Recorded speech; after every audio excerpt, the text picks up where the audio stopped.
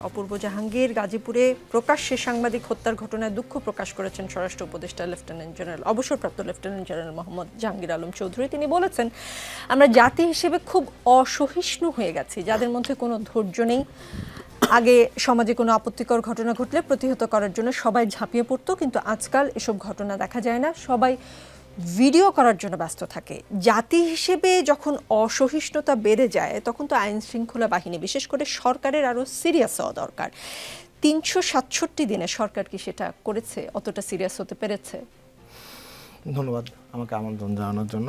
যে ঘটনাটার কথা বললেন এটা অত্যন্ত দুঃখজনক একটা ঘটনা, কিন্তু স্বরাষ্ট্র উপদেষ্টা যা বলেছেন উনি যে খুব একটা ভুল বলেছেন তাও আমি মনে করি না, কারণ আসলেই তো কালচারটা এখন এরকম দাঁড়িয়েছে, কোনো কিছু দেখলে আমরা আগে ফোনটা বের করি রাদার দেন হেল্প করার জন্য।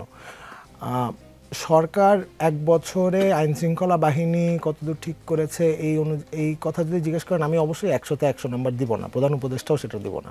কিন্তু আমরা এই সরকার যেই আইন শৃঙ্খলা বাহিনীটা ইনহেরিট করেছেন সেখান থেকে যদি তাকান তাহলে আমার কাছে মনে হয় যে বেশ কিছু উন্নতি হয়েছে, সামনে আরও উন্নতি হবে এবং সেদিকেই সরকার চেষ্টা চালিয়ে যাচ্ছে। সরকার চেষ্টা চালিয়ে যাচ্ছে ৩৬৭ দিন পরও যে চেষ্টা চালিয়ে যাচ্ছে সেটাও নিশ্চয়ই কারো কাছে আশাব্যঞ্জক, কারো কাছে হতাশার।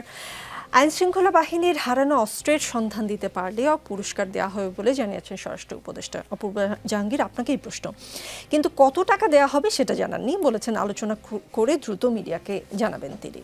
আচ্ছা, যদি পুরস্কারের অর্থের চেয়ে ওই অস্ত্র দিয়ে এর চেয়ে বেশি অর্থ উপার্জন করা যায় অবৈধভাবে, নিশ্চয়ই সেটা কেন সেই অস্ত্র ফেরত দেওয়া হবে বা কেন সেই অস্ত্রের খবর আসলে কেউ কাউকে দেবে? এক বছরেও কেন এসব অস্ত্র উদ্ধার করা যায়নি? পুরস্কারের কথা আরও আগে কেন ঘোষণা করা হয়নি?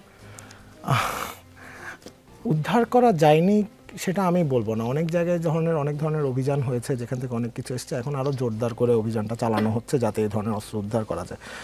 আমাদের যেই রিপোর্টটা আপনি রেফার করছেন, আজকে ডেইলি স্টারে যে রিপোর্টটা দিয়েছে, আমার কাছে মনে হয় এখানে তো যথেষ্ট পরিমাণ এভিডেন্স আছে যে লাস্ট 15 বছর আওয়ামী লীগ সরকার পুলিশকে কিভাবে অস্ত্র দিয়ে আপনার কোট আনকোট বা এম্পাওয়ার করেছে। আমি কোনো কিছু আমি রেফার করছি আর কি, যে আজকে যেহেতু পত্রিকা আসছে এটা থেকে আমি ধরলাম যে আপনি প্রশ্নটা করছেন। আমার কথা হচ্ছে যে এখানে এই যে ব্যবস্থাটা, এখান থেকে এখন কিভাবে আমরা ব্যাক করব, পুলিশকে কিভাবে কি ধরনের ট্রেনিং দিলে পুলিশ হচ্ছে এখন বাংলাদেশের জনগণের পুলিশ হয়ে উঠবে রাদার দেন একটা পার্টির বা একটা ক্ষমতার চক্রে, সেটা এখন দেখার বিষয়।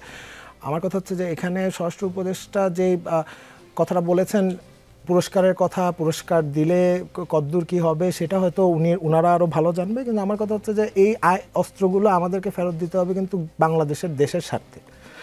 এটার জন্য বলছি যে এই এখনকার যা পরিস্থিতি, ধরেন এখানে কিন্তু শুধু সরকার একা অ্যাক্ট করলে হবে না, এখানে জনগণদের অ্যাক্ট করতে হবে, এখানে পলিটিক্যাল পার্টিদেরও অ্যাক্ট করতে হবে।